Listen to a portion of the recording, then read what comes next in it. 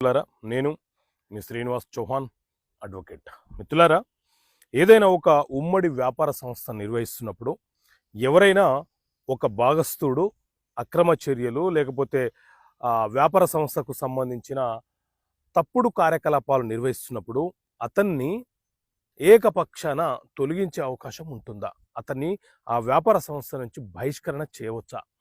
So మిత్రులారా, ఇట్లాంటి సందర్భం సాధారణంగా ఉమ్మడి వ్యాపార సంస్థలు నిర్వహిస్తున్నప్పుడు ఏ ఒక్క భాగస్థుడైనా సరే రాంగ్ఫుల్ యాక్ట్ అక్రమ చర్యలు చేసిన సందర్భంలో ఇండియన్ పార్ట్నర్షిప్ యాక్ట్ 1932 సెక్షన్ 33 ప్రకారంగా అతను చేసినటువంటి అక్రమ చర్య రాంగ్ఫుల్ యాక్టు లేకపోతే విధులలో భాగంగా తాను చేసినటువంటి అక్రమ లాభార్జన ఏదైతే ఉందో దానిని చూపిస్తూ మిగతా భాగస్థులందరూ కూడా ఏకపక్షాన ఆమోదము తెలిపి అతనిని బహిష్కరణ చేయవచ్చు అని చెప్పి ఈ సెక్షన్ 33 చాలా స్పష్టంగా వివరణ ఇస్తుంది.